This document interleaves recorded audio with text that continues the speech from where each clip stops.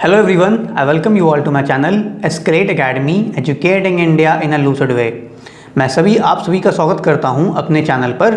और अभी तक हमने 2 लेक्चर्स किए हैं डिज़ाइन ऑफ स्टील स्ट्रक्चर्स के, जिसमें हमने जो यूपीपीएससी असिस्टेंट इंजीनियर एग्जामिनेशन में क्वेश्चंस आए हुए थे ऑब्जेक्टिव, उनको हम सॉल्व कर रहे थे। ठीक है, तो आइए उसी को कंटिन्यू करते हैं और आगे नेक्स्ट क्वेश्चंस को हम सॉल्व करना स्टार्ट करते हैं। ठीक है, तो आइए देखते हैं। ये हमारा 3rd लेक्चर है और ये मैं हूं अमित वर्मा। और अगर आप मुझसे कनेक्ट होना चाहते हैं किसी भी, ये मेरा ट्विटर अकाउंट है, ये मेरा इंस्टाग्राम अकाउंट है और ये मेरा व्हाट्सएप नंबर है, ये मेरी फेसबुक आईडी है। आप मुझे कहीं भी ऐड ऑन कर सकते हैं। ठीक है, तो ये फ्रेंड्स सेट नंबर 3 है।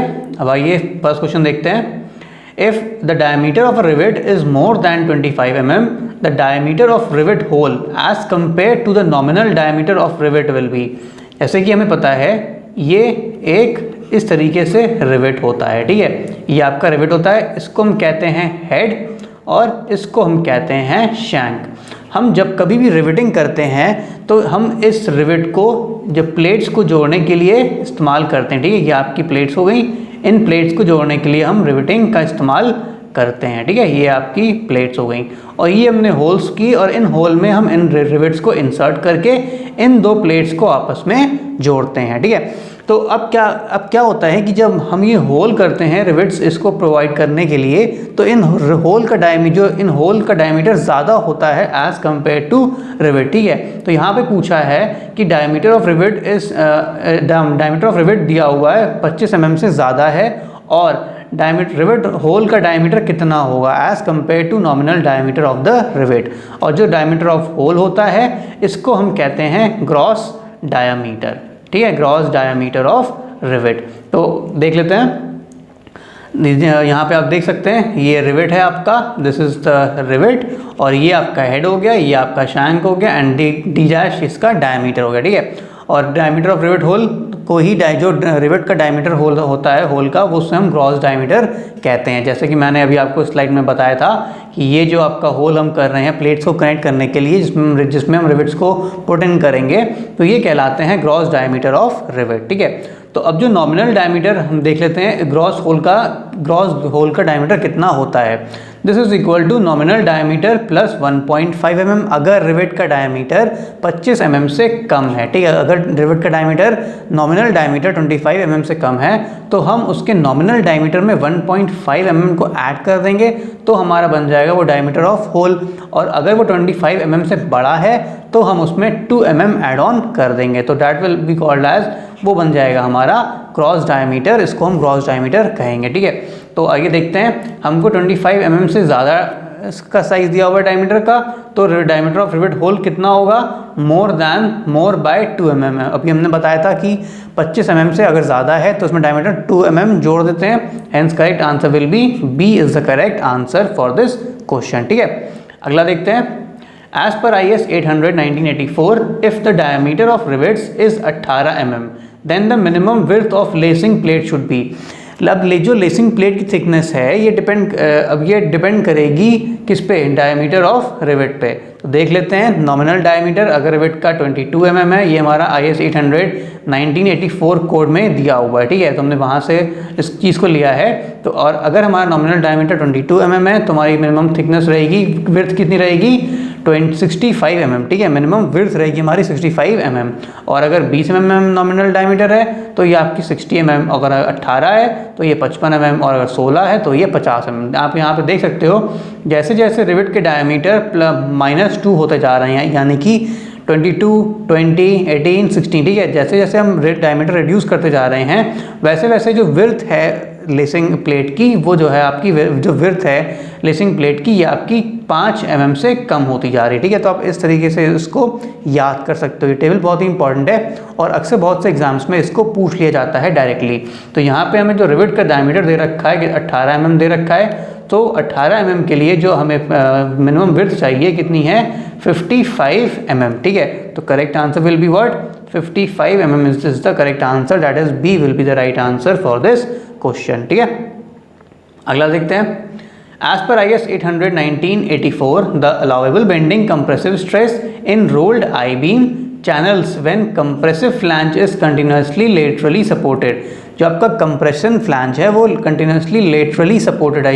यह मतलब कि जैसे कि अगर ये आपकी आई बीम है, अगर ये आपकी इस तरह से आई बीम है और ये आपको सबको पता है this is the compression flange, ठीक है, इसे हम कंप्रेशन फ्लैंज कहते हैं। तो ये जो लेटरली है पूरी बीम कुछ इस तरीके से होगी, 3D में अगर हम देखें तो इस तरीके से आपकी बीम बनेगी, ठीक है। तो ये जो आपका कंप्रेशन फ्लैंज है ये पूरी तरीके से ऊपर से फिक्स है, ठीक है, लिटरली सपोर्टेड है। ऊपर वाला जो फ्लैंज है ये आपको किसी भी उसमें सपोर्ट कर दिया गया है, ऊपर वाला ये कंप्रेशन फ्लैंज, ठीक है। तो इसके according the allowable bending compressive stress कितनी होनी चाहिए? This should be for I beam, जब कंटिन्यूसली फ्लैंज जो कंप्रेशन फ्लैंज है वो कंटिन्यूसली लेटरली सपोर्टेड है तो इट शुड बी 165 न्यूटन पर mm स्क्वायर। ये हमने ये भी हमने IS 800 1984 से लिया है, डायरेक्टली में मेंशन्ड है उसमें। तो hence correct answer will B A is the right answer for this question, ठीक है। अगला देखते हैं, design of structures should not consider snow load, ठीक है। स्नो लोड को कंसिडर नहीं करना चाहिए जब when roof is steeper than, जब roof steeper than what is steeper than 50 degree, ठीक है। जब steeper than 50 डिग्री, जब स्लोप हमारी रूफ की 50 डिग्री से स्टीपर है तो हमें स्नो लोड कंसिडर नहीं करना चाहिए, ठीक है।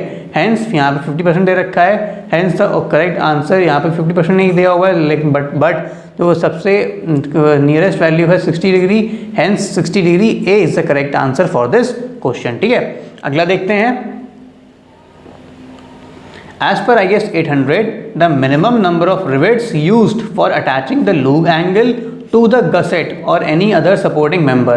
lug angle को जब कभी हम गसेट प्लेट से जोड़ते हैं तो हमें minimum number of 2 number of rivets चाहिए ही चाहिए उसे जोड़ने के लिए। यहाँ पे आप देख सकते हैं ये गसेट प्लेट है और ये आपका एंगल सेक्शन है, ठीक है। ये आपकी हो गई गसेट प्लेट, जैसे कि आप कह सकते हो ये आपकी गसेट प्लेट हो गई और ये आपका एक एंगल सेक्शन हो गया जो आपको जोड़ना है, ठीक है। ये आपका इस तरीके से एक एंगल सेक्शन हो गया, this is the angle section, ठीक है।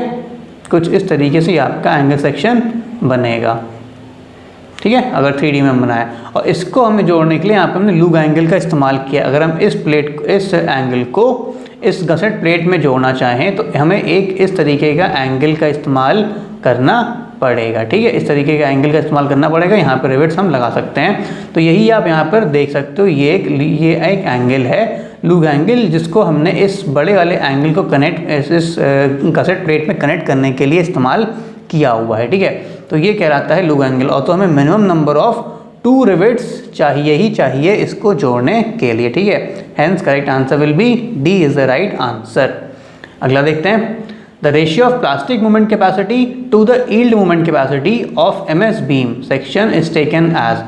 यहाँ पे MS बीम दे रखा है। अब हमें पता है जो ratio of plastic moment capacity to yield moment क्या होता है, ये हमारा होता है शेप फैक्टर, ठीक है। अब जो शेप फैक्टर होता है ये डिपेंड करता है किस पे, एरिया ऑफ क्रॉस सेक्शन पे।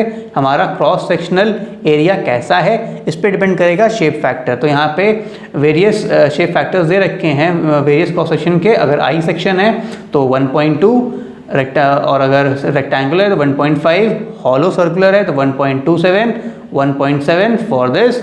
और अगर ये आपका अगर आपका डायमंड सेक्शन है तो इट इज़ 2, और अगर आपका ट्रायंगुलर सेक्शन है देन इट इज़ 2.34, ठीक है। और अगर हम इस क्वेश्चन में हमें दिया नहीं हुआ है कि हमें कौन सा क्रॉस सेक्शन दिया है, तो अगर हम यहाँ पर रेक्टेंगुलर सेक्शन कंसिडर कर लें तो इसका शेप फैक्टर कितना होगा, 1.5। हेंस करेक्ट आंसर हम 1.5 पे टिक कर देंगे, क्योंकि यहाँ पे आप देख सकते हो कोई भी नियरेस्ट वैल्यू उसके नहीं है। जितने भी हमने सेक्शन बताए इसमें कोई भी नियरेस्ट वैल्यू नहीं है, तो हेंस हम अडॉप्ट कर लेते हैं रेक्टेंगुलर सेक्शन, और ये हमारा सी आंसर इसका हो जाएगा, ठीक है।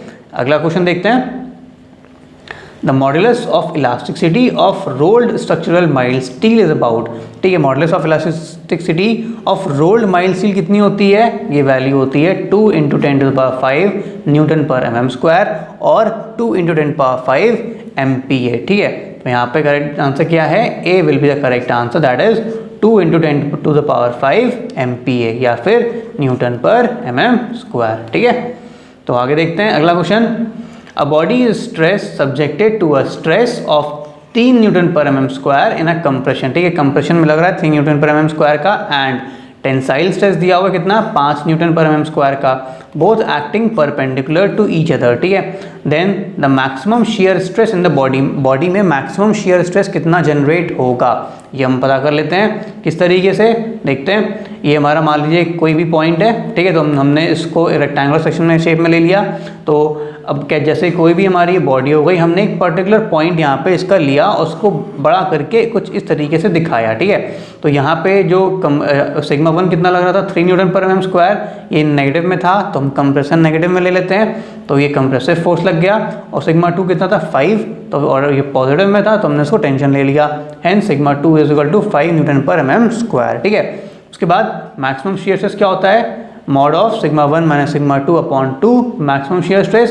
तो सिग्मा 1 दे रखा है कितना -3 और सिग्मा 2 दे रखा है +5, तो -3 - 5/2, अब क्योंकि ये मॉड दे रखा है तो hence we will adopt the positive value, hence the correct answer is 4 newton पर mm स्क्वायर। तो मैक्सिमम स्ट्रेस कितना होगा, मैक्सिमम शियर स्ट्रेस कितना होगा 4 न्यूटन पर mm स्क्वायर, ठीक है। Sigma maximum will be 4 Newton, कहीं कहीं किताब में आपका टाउ से भी इंडिकेट किया हुआ है, तो इसको बेटर है कि हम टाउ से इंडिकेट कर लें तो इट विल बी बेटर, ठीक है। आगे देखते हैं अगला question, welded joints are preferred over riveted connections. हम वेल्डेड जॉइंट्स को प्रेफर करते हैं ओवर रिवेटेड कनेक्शंस, ऐसा क्यों करते हैं, ठीक है। देख सकते हैं यहाँ पे कुछ पॉइंट्स दे रखे हैं कि जैसे कि why are the welded joints preferred over riveting, ठीक है। कौन कौन से हैं, पहला है इकोनॉमिकल होता है क्योंकि हमें लेस लेबर चाहिए और लेस मटेरियल भी चाहिए इसको यूज़ करने के लिए, ठीक है। Second, loss of member strength is small, जो मेंबर स्ट्रेंथ जो इसमें घटती है वो भी कम घटती है। सेकेंड, एस्थेटिक अपीयरेंस इसका अच्छा होता है वेल्डिंग का। फोर्थ, कोई नॉइज़ पोल्यूशन नहीं होता, ज़्यादा नॉइज़ नहीं है। जब हम रिवेटिंग करते हैं, हैमर से ठोकते हैं तो उसमें वॉइस ज़्यादा आती है, आवाज़ ज़्यादा आती है, तो उससे आवाज़ नॉइज़ पोल्यूशन फैलता है, ठीक है। तो उसमें लेस वर्किंग स्पेस भी चाहिए, हमें कम स्पेस रिक्वायरमेंट में हम अधिक काम कर सकते हैं, ठीक है। हेंस यहाँ पे जो मेन फैक्टर है loss of member strength is small, hence यहाँ पे दे रखा है C answer is the loss of member strength is small, hence C is the correct option for this question. अगला देखते हैं, intermediate vertical stiffeners are provided in plate girders.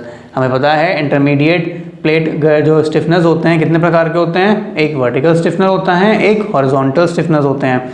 और मैं स्टिफनर्स के बारे में मैंने आपको डिटेल में प्लेट गर्डर्स के बारे में बताया हुआ है, वो लेक्चर मैंने इसमें बीच में अटैच कर दिया है, आप लोग उसको वहाँ पर जाकर देख सकते हो, ठीक है। तो जो वर्टिकल स्टिफनेस होते हैं ये शेयर बकलिंग रेजिस्ट करते हैं, और जो आपके हॉरिजॉन्टल स्टिफनेस होते हैं ये safeguard against buckling due to bending compression, ये जो है बेंडिंग के अगेंस्ट आपका काम करते हैं हॉरिजॉन्टल स्टिफनर, ठीक है। तो इस तरीके से आप यहाँ पर देख सकते हो, hence correct answer will be what, intermediate vertical stiffeners are provided in plate girder to eliminate web buckling, ठीक है। Hence B is the correct answer for this question. और गाइज हम ये लेक्चर आप लोगों के लिए बहुत मेहनत से बना रहे हैं, तो प्लीज़ इसे लाइक, सब्सक्राइब और शेयर करना मत भूलिएगा, ठीक है। हमारे चैनल को सब्सक्राइब करिएगा, इस वीडियो को ज़्यादा से ज़्यादा लोगों को शेयर करिएगा और प्लीज़ इसको लाइक ज़रूर करिएगा। तो आइए अगला क्वेश्चन देखते हैं, design bond stress in limit state design method for deformed bars conforming to IS 1976 and M20 concrete is, ठीक है। देख लेते हैं, for M20 grade concrete tau BD होता है 1.2, सो फॉर डिफॉर्म्ड बार्स अब ताउ BD की वैल्यू हम 60% से इंक्रीज करा देते हैं, और अगर ये ठीक है तो फिर ताउ BD की design value will be what, tau BD into 1.6, जब हम 1.6 60% से इंक्रीज कराएंगे तो 1.6 से मल्टीप्लाई कर देते हैं, hence the value will become 1.92. So correct answer will be C option, that is 1.92 is the correct answer for this question, ठीक है। अगला देखते हैं, for heavy vibratory loads in an industrial building the roof trusses are provided with diagonal bracing in a lower chord member is used only when heavy vibration loads are anticipated in the industrial building, ठीक है। तो diagonal हम lower cord members में ही इसका use करते हैं, तो correct answer will be diagonal bracing in the lower chord member, ठीक है। अगला देखते हैं, so guys this is the end of our lecture. यहाँ पे हम लेक्चर खत्म होता है, और ये जो क्वेश्चंस आए हुए हैं ये सभी एग्जाम्स के लिए बहुत ही ज़्यादा इंपॉर्टेंट हैं, तो आप इनको शुरुआत से लेकर के एंड तक ज़रूर देखिएगा। सारे के सारे क्वेश्चन बहुत ही ज़्यादा इंपॉर्टेंट हैं और हमारे चैनल को प्लीज़ सब्सक्राइब करिएगा और ज़्यादा से ज़्यादा अपने फ्रेंड्स में सर्कल में इसको शेयर करिएगा और प्लीज़ इस वीडियो को लाइक करना मत भूलिएगा, ठीक है। So guys, thank you for watching this video. Thank you, thanks a lot.